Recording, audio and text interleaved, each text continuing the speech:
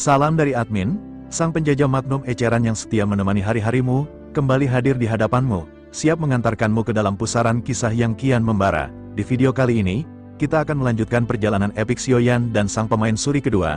Mereka telah tiba di sebuah reruntuhan kuno, saksi bisu pertempuran dahsyat para abadi. Di sanalah tersembunyi makam Raja Dewa Iblis yang legendaris. Namun, langkah Xiaoyan terhenti di tengah hutan yang menyimpan sejuta misteri.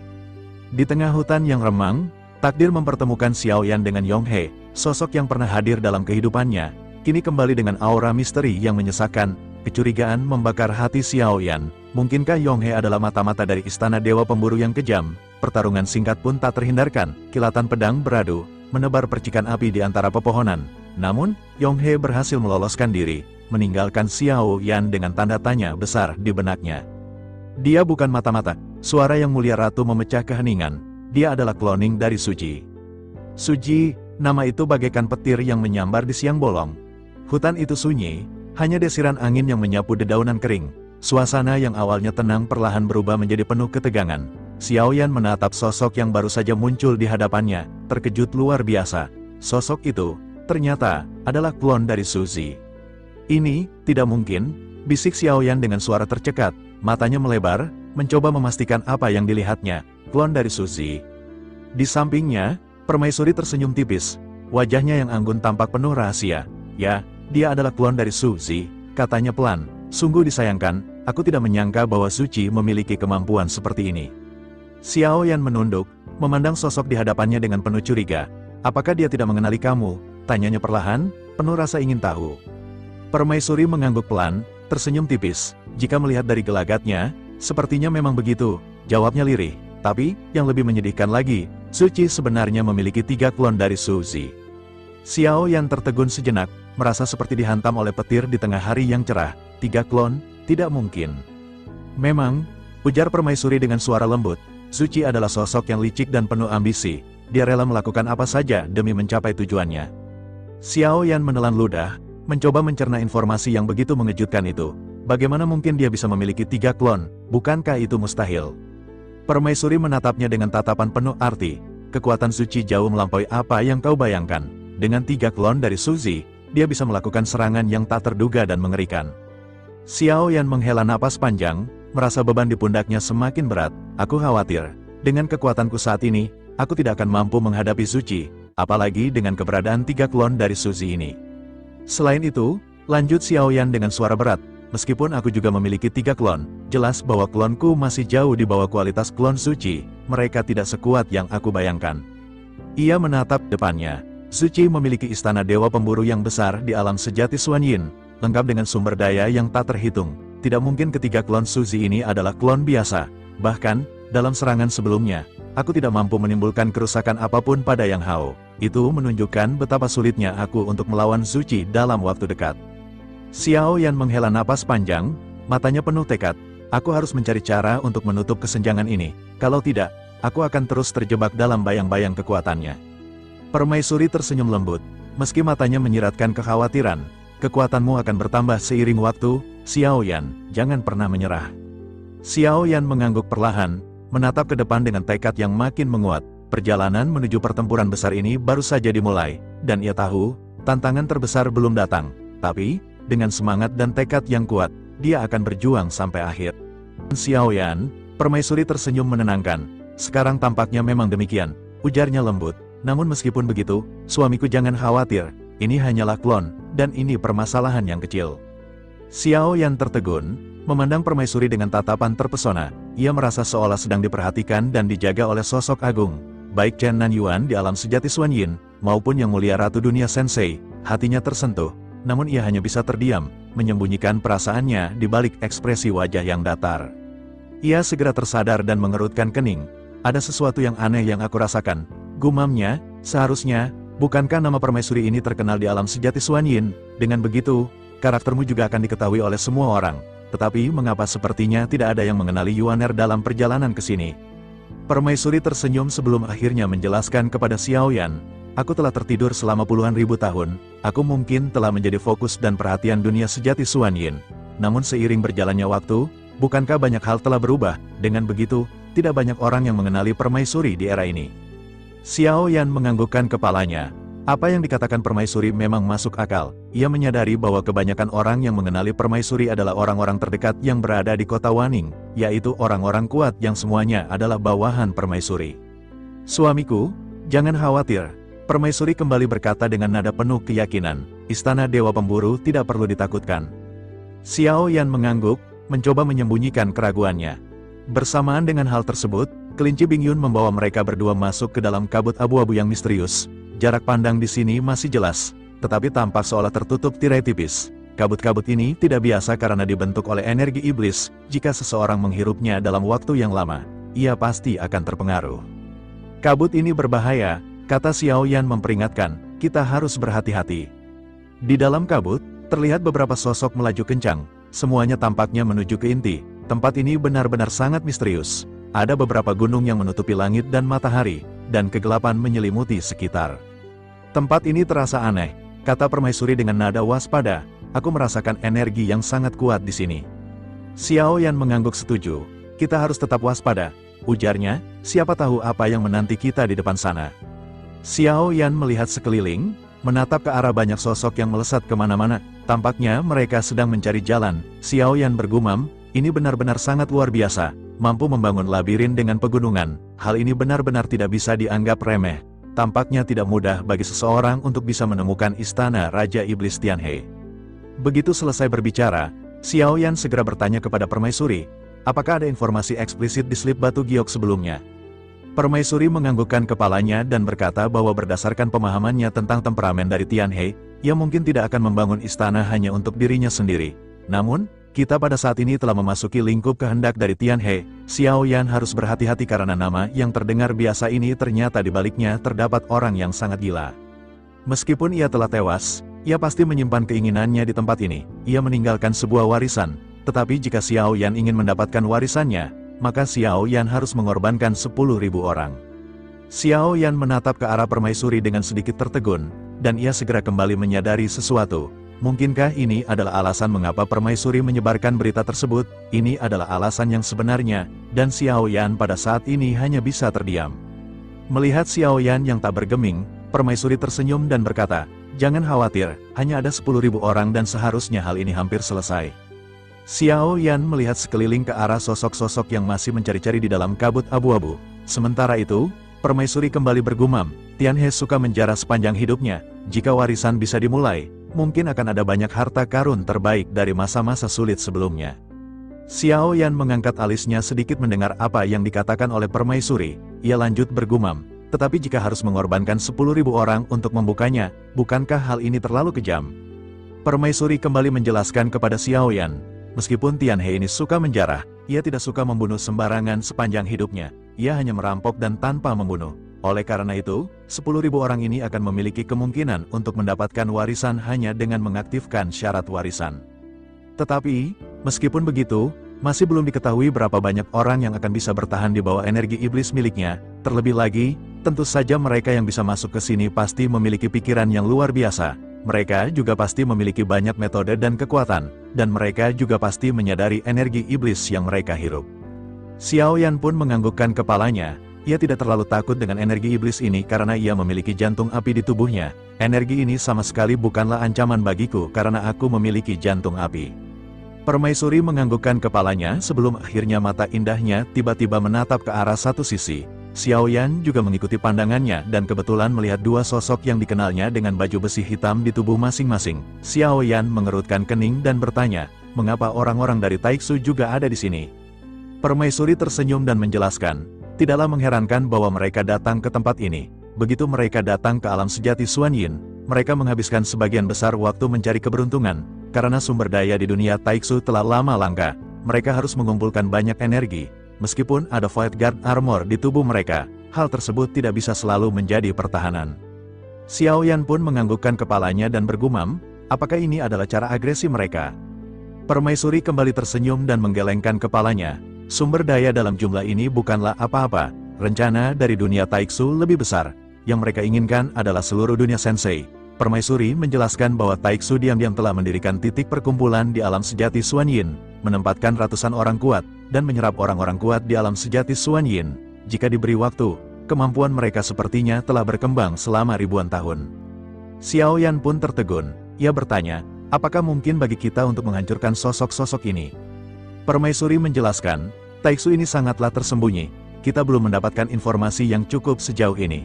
Tetapi, jika kelompok kita ingin bertarung dengan orang-orang di dunia Taiksu sekarang, apakah Xiao Yan ingin menghancurkan istana Dewa Pemburu terlebih dahulu, atau Taiksu?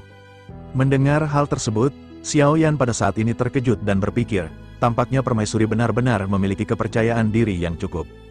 Xiao Yan pada akhirnya bergumam, sebaiknya pertama-tama kita membunuh yang lemah sebelum akhirnya menghabisi yang kuat. Aku ingin tahu manakah di antara mereka yang menurut Yuaner lebih kuat. Permaisuri pun segera berkata, bagaimanapun, istana Dewa Pemburu memiliki akar yang lebih dalam dan kekuatan yang lebih kuat.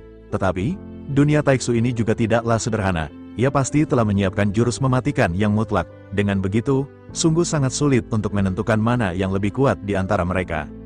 Mendengar hal ini, Xiao Yan pun seketika menganggukkan kepalanya. Apa yang dikatakan oleh permaisuri ini merupakan sesuatu yang sangat masuk akal. Xiao Yan pada akhirnya bergumam, jika begitu permasalahannya, maka kita membutuhkan lebih banyak informasi. Karena ada dua orang dari dunia Taiksu, kita pada saat ini bisa memulai dengan dua sosok tersebut.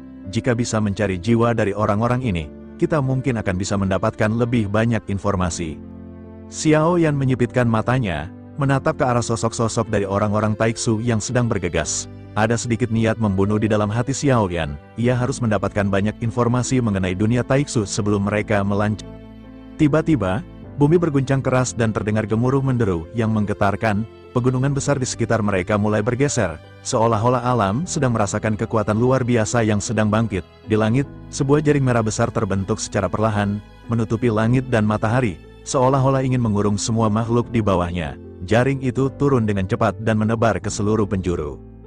Bersamaan dengan itu, cahaya merah menyilaukan muncul dari kabut-kabut di sekitar mereka. Cahaya-cahaya itu berterbangan dengan sangat cepat, tanpa aturan, seperti makhluk hidup yang mencari mangsa. Xiao Yan segera membentangkan sayap dewa di belakangnya, tubuhnya melesat ke arah cahaya-cahaya merah itu. Dalam sekejap, Xiao Yan berhasil menangkap salah satu dari cahaya itu. Begitu ia menyentuhnya, telapak tangannya berubah menjadi pil energi berwarna darah pekat. Ia merasakan sumber energi yang sangat murni, namun di dalamnya terselip jejak energi iblis yang gelap dan berbahaya. Mungkinkah ini ciptaan tingkat pertama? Gumam Xiao Yan pelan, matanya menyala penuh perhatian. Ia segera mengumpulkan sekitar belasan pil energi, tapi belum sempat ia menimbang-nimbang, suara derap langkah keras terdengar dari kejauhan. Semakin mendekat, suara itu menandakan bahwa mereka akan memulai pertempuran besar. Cahaya dingin tiba-tiba menyala dari dalam kabut abu-abu, menyerang ke arah Xiao Yan. Dengan refleks cepat, Xiao Yan berbalik dan menahan serangan itu dengan pedang berat misteriusnya. Ledakan keras mengguncang udara, memercikan percikan energi yang menyilaukan. Ia menatap ke arah sosok-sosok yang mulai tampak lebih jelas. Dan dari situ, ia tahu bahwa dirinya benar-benar dikepung. Sepertinya aku dikepung, gumam Xiao Yan dengan suara berat, matanya menyipit tajam. Salah satu dari mereka, dengan suara penuh hinaan dan meremehkan, berkata, seorang dogat benar-benar berani datang ke tempat ini. Xiao Yan tidak menunggu lama, ia mengangkat pedang berat misterius dan bersiap menghadapi serangan. Ia tahu, ini saatnya untuk meningkatkan kekuatannya. Giginya digigit keras, dan seketika, aura di tubuhnya melonjak. Dari dalam lautan bintang ganda miliknya, 400 juta origin ki yang selama ini terkumpul meledak menjadi 800 juta, lalu ditambah dengan api ungu merah yang menyala menyelimuti tubuhnya. Energinya meningkat hingga mencapai sekitar 1 miliar origin ki.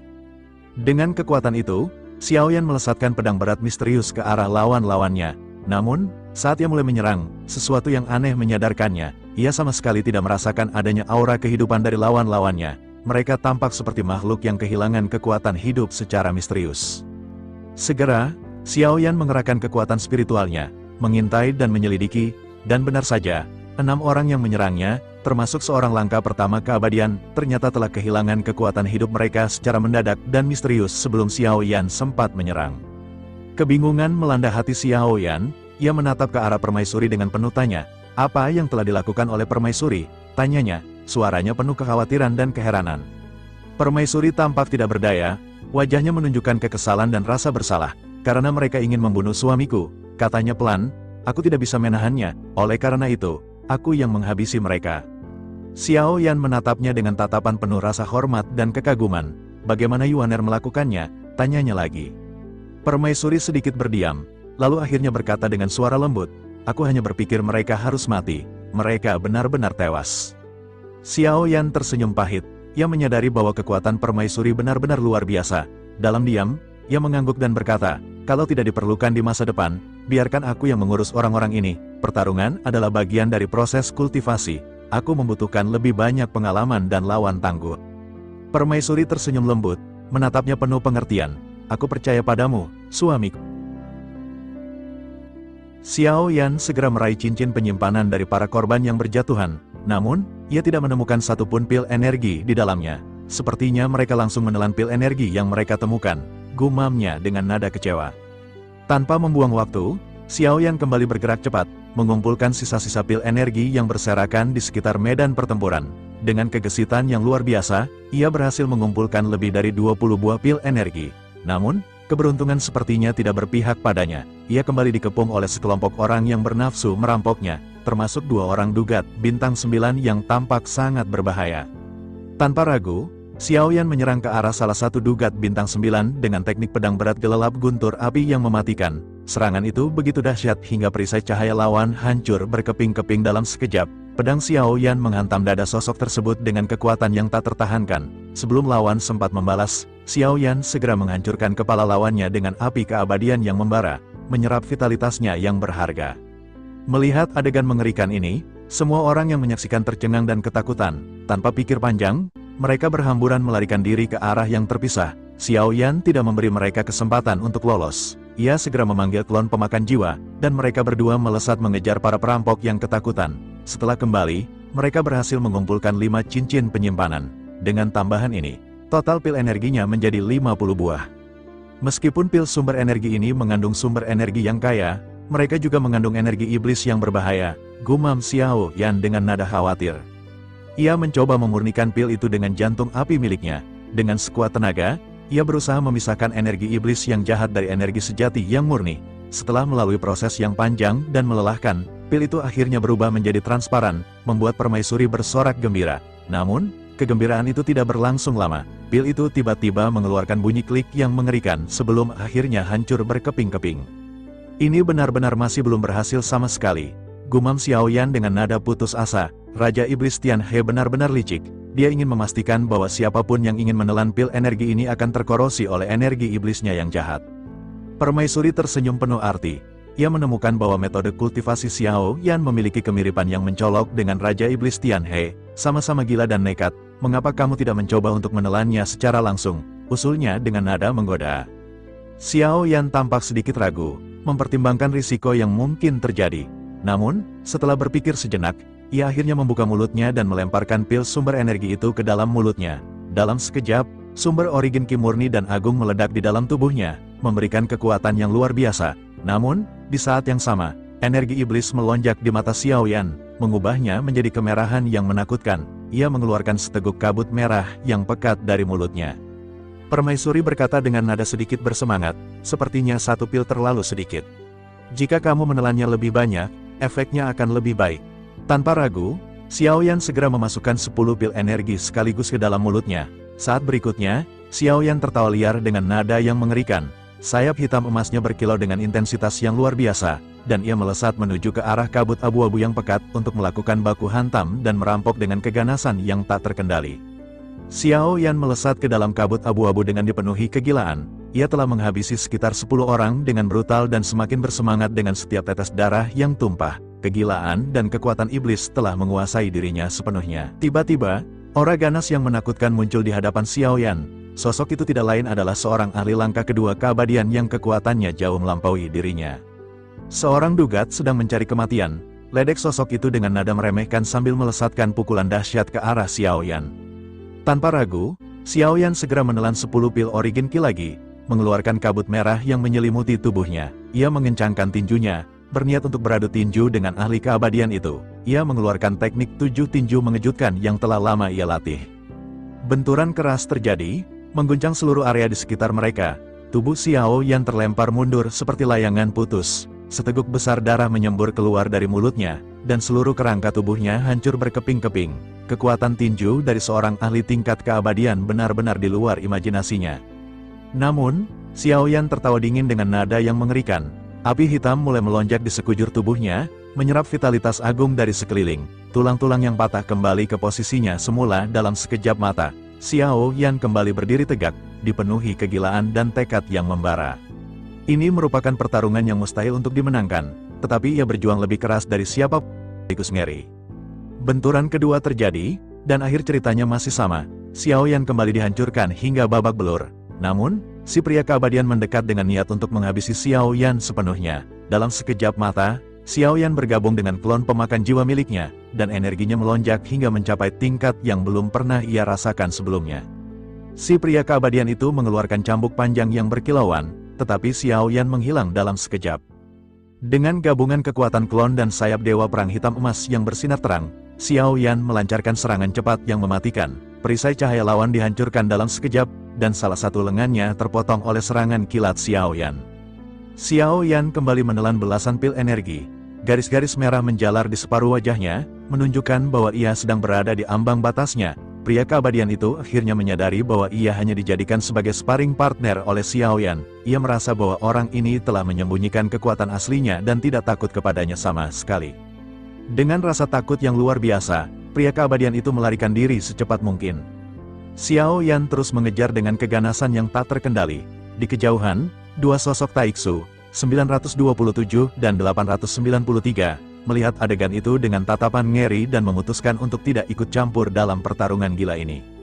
Pria keabadian itu semakin terdesak dan mencoba bernegosiasi untuk melakukan gencatan senjata. "Mengapa kita tidak bekerja sama saja?" tawarnya dengan nada putus asa. Xiao Yan tersenyum sinis. "Tidak masalah," jawabnya, "tetapi kamu harus menyumbangkan esensi darah jiwamu kepadaku sebagai bukti kesetiaanmu." Si pria keabadian itu mendengus marah, tetapi Xiao Yan tidak memberinya kesempatan untuk berpikir lebih lama. Ia menyerang dengan teknik 9 sayap hantu pembunuh yang mematikan. Si pria panik dan melarikan diri secepat mungkin. Dalam keputusasaannya, ia sengaja membuat Xiao Yan menebas pohon raksasa yang dilindungi, melanggar aturan tempat itu. "Kamu telah melanggar aturan tempat ini, dan kamu akan segera menerima akibatnya," seru si pria dengan nada penuh kemenangan. Segera, pohon besar merambat yang dipenuhi gigi tajam terbang lurus ke arah Xiao Yan dengan kecepatan yang mengerikan. Tepat saat tanaman itu hendak menyerang, permaisuri menghentakkan kakinya dengan ringan dan berkata lembut, "Ia adalah suamiku, dan kalian jangan bersikap kasar kepadanya." Pohon merambat itu seketika berhenti bergerak, seolah-olah membeku di tempatnya. Xiao Yan menunjuk si pria keabadian dengan tatapan penuh amarah. "Itu semua dilakukan oleh si pria, aku tidak akan menghancurkan pohon itu jika dia berani menerima seranganku." Tanpa ragu, pohon merambat itu beralih menyerang si pria keabadian. Si pria melarikan diri dengan panik, berteriak memohon belas kasihan. Ia bahkan bersedia untuk tunduk kepada Xiao Yan asalkan nyawanya diselamatkan. Si pria keabadian itu akhirnya memuntahkan esensi darah dan jiwanya kepada Xiao Yan. "Ini esensi darah dan jiwaku, aku berharap kita akan bisa menjalin kerjasama yang saling menguntungkan di masa depan." Xiao Yan menerima esensi darah dan jiwa dari si pria keabadian. Tanpa membuang waktu, ia segera duduk bersila di tanah, memejamkan mata, dan mulai mencerna origin ki yang baru diperolehnya. Ia berkata dengan nada dingin dan mengancam kepada si pria keabadian, "Siapapun yang berani mendekatiku harus dibunuh tanpa ampun." Si pria keabadian, yang kini telah menjadi bawahannya, berdiri tegak di samping Xiao Yan, menjaga tuannya dengan setia. Permaisuri datang mendekat ke sisi Xiao Yan, ditemani oleh kelinci Bing Yun yang lucu. Ia tersenyum lembut kepada si pria keabadian dan berkata dengan nada ramah, "Aku adalah istri dari Xiao Yan, dan aku bukanlah ancaman baginya." Si pria keabadian terpana oleh kecantikan permaisuri yang luar biasa. Ia bahkan tersipu malu saat menatap wajahnya yang anggun. Permaisuri tidak menggunakan keterampilan pesona apapun, itu adalah pesona alami yang terpancar dari dalam dirinya sejak lahir. Setelah beberapa saat berlalu, Xiao Yan membuka matanya perlahan, namun, matanya masih dipenuhi dengan cahaya merah yang menandakan bahwa ia belum sepenuhnya mengendalikan energi iblis di dalam tubuhnya. Energi jahat di tubuhnya sangat kuat, membuatnya semakin bersemangat dan sedikit kehilangan akal sehat. Xiao Yan tiba-tiba berdiri tegak, menatap permaisuri dengan tatapan yang intens. Kilatan api jahat berkobar di matanya, menunjukkan bahwa ia sedang berjuang melawan pengaruh energi iblis. Lengan Xiao Yan seketika terentang ke depan. Tanpa banyak basa-basi, Xiao Yan memeluk permaisuri dengan erat sebelum akhirnya menciumnya dengan penuh gairah. Sesaat berikutnya, tubuh Xiao Yan kembali bergegas dan menghilang dalam sekejap mata. melesat ke dalam kabut abu-abu yang pekat. Ia meninggalkan permaisuri dengan rona merah di pipinya dan hanya bisa menatap ke arah Xiao Yan yang menghilang dengan tatapan yang sulit diartikan. Xiao Yan terus melakukan pembantaian dan mengambil pil iblis dari mereka. Setelah banyak melakukan pembantaian dan mendapatkan banyak pil iblis, Xiao Yan yang berjalan perlahan di tengah kabut kelabu, Xiao Yan segera bertanya kepada pria itu, "Siapa namamu?" Pria itu sedikit terkejut sebelum akhirnya memperkenalkan diri, "Nama saya Yutuo." Xiao Yan memandang pria yang bernama Yutuo dan bertanya, "Apakah kau mengambil pil energi dari cincin orang-orang yang mati di sini?" Wajah Yutuo dipenuhi keraguan. Sosoknya sedikit terhenti, lalu ia tersenyum masam dan menggelengkan kepalanya. "Sepertinya saudara sedang bercanda. Sejujurnya, Yutuo tidak tertarik dengan pil energi ini," kata Yutuo. Xiao Yan mengangguk dan berkata, "Jika begitu, Yutuo bisa memberiku pil energi sebanyak yang kau punya, karena aku sangat tertarik." Yutuo kembali terdiam. Ia menyadari bahwa ini adalah tujuan Xiao Yan sebenarnya. Pertanyaan Xiao Yan sebelumnya hanyalah untuk menipunya dan membuat Yutuo mengatakan bahwa ia tidak membutuhkan pil energi tersebut. Karena sudah terlanjur bicara seperti itu, Yutuo benar-benar tidak memiliki pilihan lain. Meskipun ia memang tidak tertarik, hal ini masih akan bermanfaat baginya. Yutuo tidak memiliki pilihan. Ia segera merentangkan telapak tangannya dan mengeluarkan semua pil energi yang ia miliki. "Saya hanya memiliki belasan di sini. Saya serahkan kepada tuan yang belum saya kenal namanya," kata Yutuo. Xiao Yan melirik dan tersenyum. "Namaku Xiao Yan." Xiao Yan segera mengulurkan tangan dan mengambil pil energi dari Yutuo.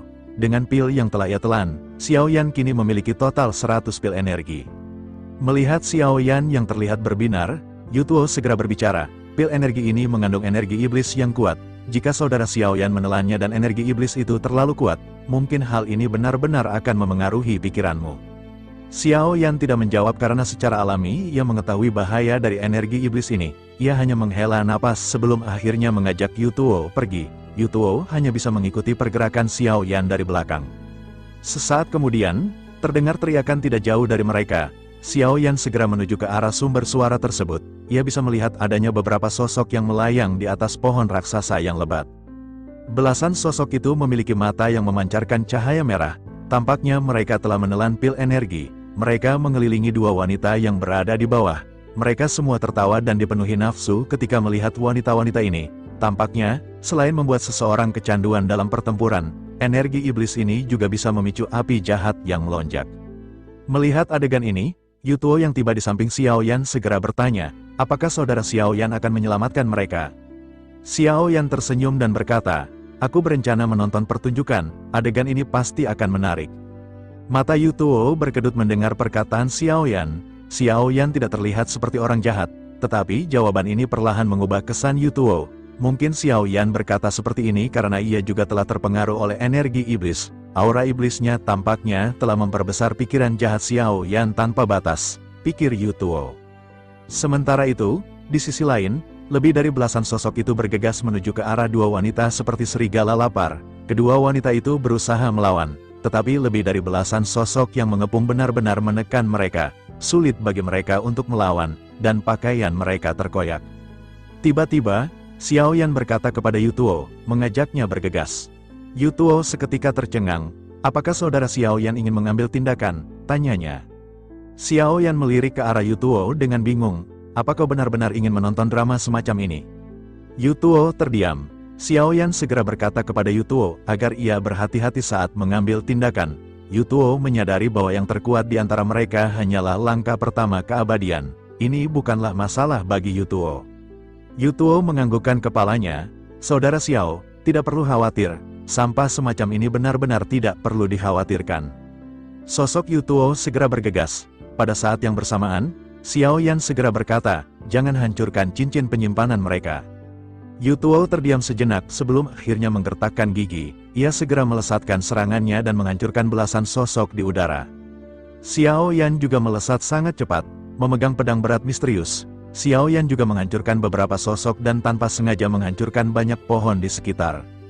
Yutuo terkejut dan seketika memandang ke arah Xiao Yan. Ia masih bertanya-tanya siapa sosok Xiao Yan yang bahkan benar-benar tidak terikat dengan aturan yang berada di sini.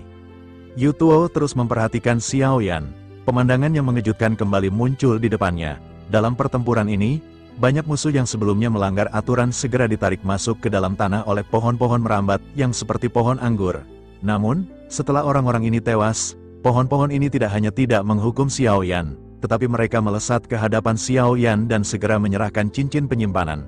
Tampaknya pohon-pohon merambat ini benar-benar seperti teman Xiao Yan. Yu Tuo hanya bisa tertegun sebelum tiba-tiba merasakan sesuatu. Ia mengalihkan pandangannya, menatap ke arah sosok tubuh besar yang melayang di udara. Sosok ini tampaknya adalah pemimpin dari kelompok yang sebelumnya mereka bantai. Yu Tuo menyipitkan matanya sambil bergumam, aura ini adalah aura yang dimiliki oleh langkah ketiga keabadian. Sosok yang berada di udara itu segera mulai berbicara dengan marah ke arah Yu Tuo dan Xiao Yan, kalian telah menghabisi semua anggota saya, kalian juga benar-benar telah melepaskan wanita itu untuk saya. Yu Tuo seketika memiliki ekspresi serius, sementara Xiao Yan meluangkan waktu untuk mencari belasan cincin penyimpanan. Di cincin penyimpanan orang-orang ini, selain pil energi yang saat ini dibutuhkan oleh Xiao Yan, ada juga pil origin Ki Agung yang juga ia butuhkan. Setelah merampok semuanya, Xiao Yan memiliki total setidaknya mencapai 800 miliar pil origin Ki Agung. Meskipun jumlah ini hanyalah perkiraan, Xiao Yan merasa sangat senang. Xiao Yan menghela napas. Setelah berhasil mengumpulkan semua ini, ia segera mendatangi kedua wanita tersebut. Kedua wanita itu membungkuk kepada Xiao Yan, mengucapkan terima kasih karena telah menyelamatkan mereka. Xiao Yan memandang kedua wanita itu sebelum akhirnya mengulurkan telapak tangannya. Kedua wanita itu memandang ke arah Xiao Yan dengan sedikit ragu dan bertanya, apa yang Tuan maksud? Keduanya seketika langsung melihat ada banyak cincin penyimpanan yang berada di tangan Xiao Yan. Keduanya akhirnya berpikir, tampaknya Xiao Yan datang ke arah kami juga untuk merampok. Setelah ragu sejenak, kedua wanita itu tidak memiliki pilihan lain selain menggertakkan gigi dan mengeluarkan cincin penyimpanan. Xiao Yan segera memeriksa cincin tersebut sebelum akhirnya mengerutkan kening. Xiao Yan berkata dengan dingin, serahkan cincin penyimpanan asli milik masing-masing, jika tidak, aku akan menyerahkan kalian berdua kepada binatang tua di atas. Suara Xiao Yan tidak pelan dan tentu saja mencapai telinga sosok yang berada di atas. Pria itu mengerutkan kening mendengar Xiao Yan menggunakan namanya. Terlebih lagi, perkataan Xiao Yan juga benar-benar mengandung penghinaan kepadanya. Sosok itu seketika melonjakkan aura kuat dari langkah ketiga keabadian. Sosok tinggi di kabut abu-abu segera melesat, dengan pedang berat raksasa yang keluar di tangannya. Pedang ini memang besar dan berbeda dengan pedang Xiao Yan karena ditutupi dengan banyak senjata tajam. Menyadari pergerakan dari pria itu, Xiao Yan segera berteriak, memerintahkan Yu Tuo untuk menghentikan. Yu Tuo hanya bisa menghela napas dan segera bergegas. Ia berkata, Saudara Xiao, cepatlah, orang ini adalah langkah ketiga keabadian dan aku tidak akan bisa tahan lama di tangannya. Xiao Yan tersenyum dan masih fokus pada cincin penyimpanan dua wanita di hadapannya. Sementara itu, dua wanita ini sepertinya sama sekali tidak ingin menyerahkan cincin penyimpanan ini kepada Xiao Yan. Mereka hanya bisa menggertakkan gigi. Bersamaan dengan itu, mereka melihat permaisuri yang datang di kejauhan dengan kelinci Bingyun. Mereka melihat permaisuri yang tersenyum lembut ke arah keduanya. Namun senyum lembut ini benar-benar tampak seperti senyum yang mengancam jiwa. Keduanya, tanpa sadar, tersipu sebelum akhirnya mengeluarkan cincin penyimpanan mereka dengan patuh. Mereka segera menyodorkan cincin penyimpanan ini kepada Xiao Yan. Tuan bisa mengambil ini semua adalah yang kami miliki, kata mereka. Xiao Yan hanya mengangguk, ia seketika berbalik. Begitu hendak pergi, kedua wanita ini kembali berbicara kepada Xiao Yan. Kami datang ke tempat ini dengan persiapan yang terlalu sedikit. Oleh karena itu, bisakah kami mengikuti Tuan? Tuan tidak perlu khawatir karena kami tidak akan merepotkan Tuan. Menanggapi hal tersebut, Xiao Yan seolah-olah menutup telinga dan langsung bergegas pergi. Kedua gadis ini hanya bisa tercengang sebelum akhirnya melirik ke arah permaisuri. Keduanya seketika memiliki ekspresi yang menjadi semakin jelek sebelum akhirnya perlahan mundur. Keduanya hanya bisa menunggu dengan tenang. Sementara itu, Xiao Yan memandang ke arah Yu Tuo yang terlempar mundur. Bisakah kau mengalahkannya? Tanya Xiao Yan kepada Yu Tuo. Yu Tuo segera berkata, dia adalah orang kuat langkah ketiga keabadian. Aku sudah mencoba yang terbaik tetapi aku tidak akan bisa mengalahkannya. Xiao Yan mengerutkan kening dan berkata, jika kau tidak bisa mengalahkannya, kalau begitu kita hanya perlu melarikan diri. Yu Tuo seketika mengerutkan kening mendengar perkataan Xiao Yan. Meskipun mereka berniat melarikan diri, mereka tidak perlu mengatakannya di depan musuh. Hal itu benar-benar tampak seperti Xiao Yan tidak menganggap musuhnya dengan serius. Setelah Xiao Yan berbicara, sayap dewa bela diri seketika mulai bergetar. Xiao Yan berubah menjadi angin kencang dan menghilang, meninggalkan sosok Yu Tuo sendirian. Yutuo melesat bergegas menuju ke arah tempat Xiao Yan melarikan diri. Meskipun Yutuo tidak yakin bahwa mereka akan bisa melarikan diri, bertempur juga benar-benar merupakan jalan buntu.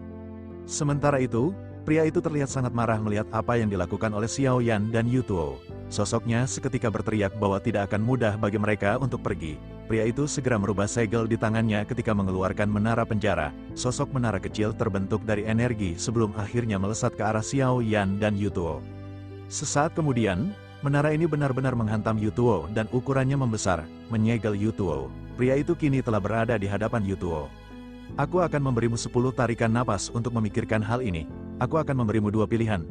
Apakah kau akan dibunuh olehku atau menangkap seorang wanita untukku di masa depan?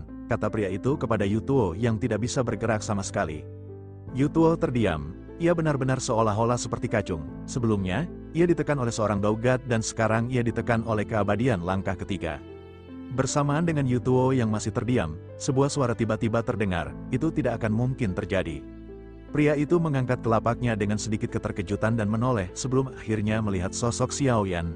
Sayap dewa bela diri di belakangnya perlahan-lahan hilang. Xiao Yan menatap ke arah pria itu dengan tenang. Pria itu bertanya, apakah kau adalah orang yang memiliki keputusan akhir? Xiao Yan berkata dengan serius, orang ini telah setuju menjadi bodyguardku. Oleh karena itu, ia tidak akan bisa membantumu menangkap seorang wanita.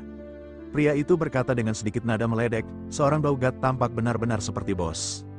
Xiao Yan tidak menanggapi perkataan pria itu. Sebaiknya kau biarkan orang-orang yang berada di bawah pengawasanku pergi. Pria itu seketika menyipitkan matanya dan tampak mulai marah. Sepertinya kau telah menelan terlalu banyak pil energi. Hal ini telah membuatmu lebih percaya diri. Aku ingin tahu apakah kau menyadari pria kuat seperti apa yang kau ajak berbicara sekarang. Kau merupakan langkah ketiga keabadian, jawab Xiao Yan dengan santai. Pria itu tertawa, karena kau tahu, apakah kau sudah siap mati? Xiao Yan tersenyum meledek sebelum akhirnya bertanya, apakah kau sudah selesai ngoceh? Sebaiknya kau berhenti berbicara omong kosong dan segera mengambil tindakan. Melihat senyum yang dipenuhi ejekan yang tidak ada habisnya, pria itu benar-benar menjadi semakin marah. Tanpa banyak basa-basi, ia segera meraung dengan marah ke arah Xiao Yan. Ia melesatkan pedang berat yang dilapisi oleh banyak senjata tajam ke arah Xiao Yan. Energi yang kuat segera melonjak ke langit sebelum akhirnya bercampur di pedangnya. Aura keabadian memancarkan tekanan yang kuat, membuat Xiao Yan gemetar. Menanggapi hal tersebut, Xiao Yan segera mengirimkan 10 jiwa emas sekaligus. Jiwa-jiwa ini mengandung kekuatan jiwa keabadian yang telah dikumpulkan oleh Xiao Yan. Meskipun kekuatan mereka tidak sekuat ketika mereka hidup, mereka masih bisa mengeluarkan jejak kekuatan keabadian masing-masing. Terlebih lagi, ketika mereka berada dalam jumlah tertentu, kekuatan tempur mereka juga tidak bisa diremehkan. Kekuatan jahat yang dingin atau yin yang kuat langsung seketika menyelimuti pria tersebut. Pria itu mengerutkan kening dan menyadari bahwa meskipun ini bukan serangan dari Origin Ki, hal ini membuatnya merasakan adanya fluktuasi yang sangat menakutkan. Pria itu segera mengeluarkan peluit di tangannya dan tanpa banyak basa-basi segera meniup peluit dengan keras. Bunyi peluit yang menusuk menyebar ke segala arah dan bahkan menyebabkan Xiao Yan merasakan sensasi kesemutan di jiwanya. 10 jiwa emas terdekat juga semuanya menunjukkan rasa sakit sebelum akhirnya mereka mundur terus-menerus. Pria itu segera bertanya, apakah ini adalah kartu trufmu? Aku ingin memberitahumu bahwa kau tidak akan bisa menang dengan metode seperti itu. Pria itu akhirnya kembali melesat dengan pedangnya ke arah Xiao Yan. Kau yang merupakan Daugat, segera pergi ke neraka, teriaknya. Xiao Yan masih terdiam sebelum akhirnya matanya menyusut. Sementara itu, Yutuo akhirnya berhasil melepaskan diri dari segel menara. Ia menoleh, menatap ke arah Xiao Yan yang berhadapan dengan serangan pedang dengan kekuatan penuh dari langkah ketiga keabadian. Yutuo menggertakkan giginya. Meskipun ia ingin mengambil tindakan, ia benar-benar tidak memiliki waktu dan semuanya sudah terlambat. Ia hanya bisa menahan napas dan melihat Xiao Yan yang perlahan mengangkat telapak tangannya. Yutuo bertanya-tanya apa yang akan dilakukan oleh Xiao Yan. Yutuo hanya bisa terdiam sambil melihat pedang berat yang benar-benar menghantam telapak tangan Xiao Yan. Benturan seketika terjadi, gelombang kejut yang kuat menyapu ke sekitar. Kekuatan yang sangat kuat ini memicu badai, dan debu berterbangan dalam sekejap mata. Yutuo juga berdiri di tengah angin dan sosoknya berada dalam kekacauan. Ia memandang ke arah pusat benturan. Begitu debu menghilang, Yutuo dipenuhi dengan ketidakpercayaan. Pemandangan yang di luar nalar benar-benar berada di hadapannya. Yutuo melihat adanya satu tangan yang menahan pedang berat. Angin kencang sisa benturan masih menghembuskan jubah dan rambut Xiao Yan. Wajah Xiao Yan masih tampak dipenuhi ketidakpedulian. Xiao Yan dengan tenang menatap ke arah pria yang pupil matanya perlahan menyusut. Pria itu benar-benar terkejut karena Xiao Yan menahan serangannya dengan satu tangan, padahal ia hanyalah seorang dogat, sementara ia telah mengeluarkan kekuatan penuh dari langkah ketiga keabadian. Pria itu akhirnya segera tersadar dan berusaha sekuat tenaga untuk menarik pedangnya. Namun, tidak peduli seberapa keras ia mencoba, ia menemukan bahwa ia tidak bisa menarik pedangnya. Pria itu mendengus dingin dan hanya bisa merelakan senjatanya sebelum akhirnya melesat mundur. Wajah pria itu dipenuhi dengan ketakutan yang luar biasa. Yu Tuo di kejauhan juga ternganga, kekuatan fisik ini benar-benar luar biasa, gumamnya. Sementara itu, Xiao Yan berkata, langkah ketiga keabadian memang memiliki sesuatu, tetapi tidak banyak. Pria itu kembali terkejut mendengar apa yang baru saja dikatakan oleh Xiao Yan. Sosok yang setidaknya bisa menahan serangannya tidak akan mungkin berada di langkah ketiga keabadian. Jika begitu, Xiao Yan sepertinya berada di langkah keempat, atau bahkan kelima hingga keenam keabadian. Pria itu hanya bisa memandang ke arah Xiao Yan sambil terdiam. Pria itu menggertakkan gigi dan memutuskan untuk melarikan diri. Suara dingin Xiao Yan segera kembali dengan tegas terdengar di telinga pria itu. Saat ini aku ingin menasihatimu. Sebaiknya kau menyumbangkan esensi darah atau menjadi salah satu dari jutaan jiwa yang tewas. Selain itu, kau tidak perlu melarikan diri karena kecepatanmu benar-benar sangat lambat. Mendengar perkataan Xiao Yan, pria itu seketika terguncang. Namun, meskipun begitu, ia tidak berencana untuk menyerah. Ia melesat, 5 kilatan cahaya melintas di tangannya, dan 5 sinar cahaya perak terbang keluar, berubah menjadi 5 sosok yang berpenampilan sama dengannya. Kelima sosok ini segera bergegas menuju ke arah yang berbeda, dan Xiao Yan sedikit tersenyum. Sesaat kemudian, Xiao Yan akhirnya menghilang, mengejar pria itu. Sementara itu, di sisi lain, pria itu berpikir tampaknya ia telah berhasil melarikan diri dari Xiao Yan. Namun, detik berikutnya, angin kencang bertiup di wajahnya. Mata pria itu tiba-tiba menyusut karena sebuah tinju meraung ke arahnya. Dalam sekejap mata, sosoknya melotot dan tampak tidak bisa menghindar dari tinju tersebut. Kekuatan tinju ini mengalir dengan keras dan seluruh hutan di belakangnya benar-benar hancur. Pria itu menyadari krisis hidup dan mati menyelimuti hatinya. Tanpa banyak berbicara, pria itu segera memuntahkan seteguk darah, dan setetes esensi jiwa darah mengembun di hadapannya. Pria itu segera menyodorkannya kepada Xiao Yan dengan penuh hormat. Xiao Yan akhirnya segera menghentikan serangannya. Ia menatap ke arah pria itu dengan dingin dan tegas. Xiao Yan mengulurkan telapak tangannya untuk menerima esensi jiwa darah ini. Bersamaan dengan hal tersebut, tubuh Xiao Yan pun bergetar. Klon dewa asli langsung disegel ke dalam menara pemurnian. Sekarang kau harus tunduk kepada